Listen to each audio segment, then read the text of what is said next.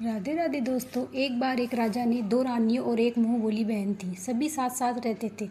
राजा अपनी मुंह बोली बहन की सारी बातें मानते थे, चाहे वह सही हो या गलत हो। बड़ी रानी बहुत ही धार्मिक प्रवृत्ति की थी। वह अत्यधिक व्रत उपवास किया करती थी। बड़ी रानी वैशाख के रविवार का व्रत करती थी और बड़ पीपल तथा आंकड़े के पेड़ की पूजा किया करती थी। छोटी रानी चापलूस प्रवृत्ति की थी। उसने अपनी मुंह बोली बहन को पटा रखा था। छोटी रानी जानती थी कि राजा को अगर खुश रखना है तो उनकी मुंह बोली बहन को भी खुश रखना होगा, तो वह कार्य करती थी जिससे उसकी ननद को खुशी मिले। लेकिन बड़ी रानी को चापलूसी पसंद नहीं थी। एक बार की बात है, जब वैशाख महीना आया तो बड़ी रानी ने वैशाखी रविवार का व्रत किया और बड़ पीपल आंकड़े की पूजा करने के लिए वह महल से बाहर चली गई। पूरे दिन घर से बाहर रही तो इधर छोटी रानी को भी बड़ी रानी के खिलाफ शिकायत करने का मौका मिल गया। छोटी रानी ने कहा कि देखो जीजी, बड़ी रानी मालूम नहीं क्या टोने टोटके करती है। पूरे दिन घर से बाहर रहती है, बड़ पीपल और आंकड़े की पूजा करती है। तब राजा की मुंह बोली बहन ने अपने भाई से कहा कि देखो भाई, बड़ी रानी पता नहीं क्या टोने टोटके करती है। आप नगर के सभी बड़ पीपल और आंकड़े के पेड़ कटवा दीजिए। भाभी पूरे समय महल से बाहर रहती है और बड़ पीपल और आंकड़े के पेड़ की पूजा करती रहती है। लोग देखेंगे तो क्या कहेंगे, और फिर हम तो राजकुल के वंशज हैं, हमें धन दौलत की क्या कमी है। तब राजा ने अपने सिपाहियों को बोलकर सारे बड़ पीपल और आंकड़े के पेड़ कटवा दिए। बड़ी रानी ने सुना तो उसे बहुत दुख हुआ, लेकिन छोटी रानी और ननद को बहुत खुशी हुई। इस तरह वैशाख महीने का दूसरा रविवार आया तो बड़ी रानी ने वैशाखी रविवार का व्रत किया और वह बड़ पीपल तथा आंकड़े के पेड़ की पूजा करने की सोचने लगी। तब उसने चूरमे के लड्डू बनाए। एक थाली में रोली मोली, चावल, मेहंदी, काजल, कच्चा दूध, कच्चा सूत, चुनरी, जल का लोटा तथा पूजा के सारे सामान और घी का दीपक लेकर महल से बाहर बड़ पीपल और आंकड़े की पूजा करने के लिए निकल पड़ी। पूरे नगर में उसे कहीं भी बड़ पीपल आंकड़े का पेड़ दिखाई नहीं दिया। तब वह भटकते भटकते घने जंगल में पहुंच गई। इधर उधर भटकने के बाद उसे बहुत देर बाद एक छोटा सा आंकड़े का पौधा दिखाई दिया जो पत्थरों में दबा हुआ था। शायद राजा के सिपाहियों की नज़र उस पर नहीं गई, इसलिए वह बच गया। बड़ी रानी को बहुत खुशी हुई। उसने वहीं बैठकर आंकड़े के पौधे की पूजा की और उसने आंकड़े के पौधे के पास एक छोटी सी तलाई बनाई और उसमें लोटे का जल सींच दिया। चूरमा बाटी का भोग लगाया, रोली चावल चढ़ाया, सूत बांधा, मेहंदी लगाई, काजल लगाया, चुनरी ओढ़ाई और घी का दीपक जलाया। फिर वहीं बैठकर बड़ी रानी ने कथा सुनी और राजा और प्रजा की खुशहाली की कामना की। फिर वह महल में आ गई।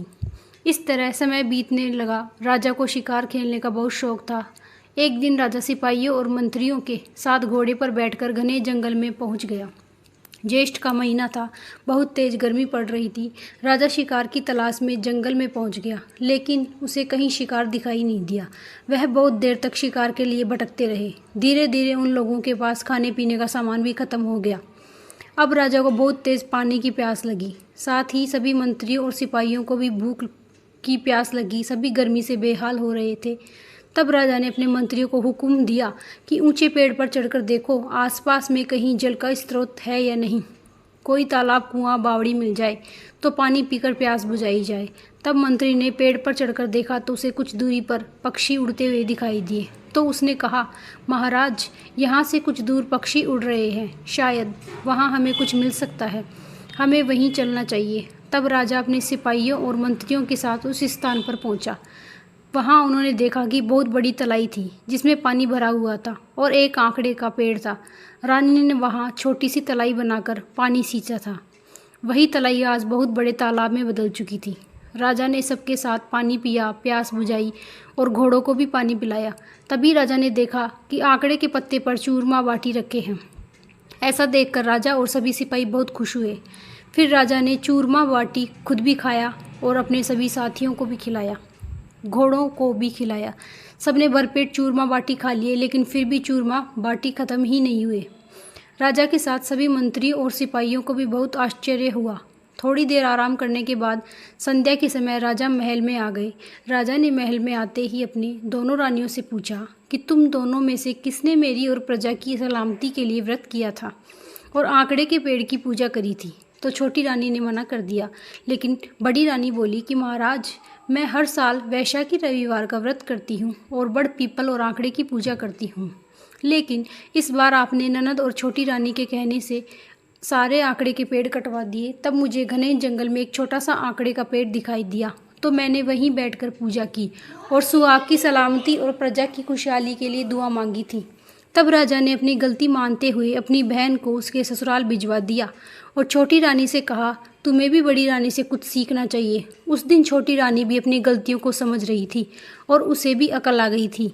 तब राजा ने पूरी नगरी में ढिंढोरा पिटवा दिया कि वैशाख के रविवार का व्रत करे, बड़ पीपल और आंकड़े के पेड़ की पूजा करे। हे वैशाख देवता, जैसे बड़ी रानी पर टूटे वैसे सब पर टूटना। कहते को सुनते हुए को, हुंकारा बढ़ते हुए को सबकी मनोकामना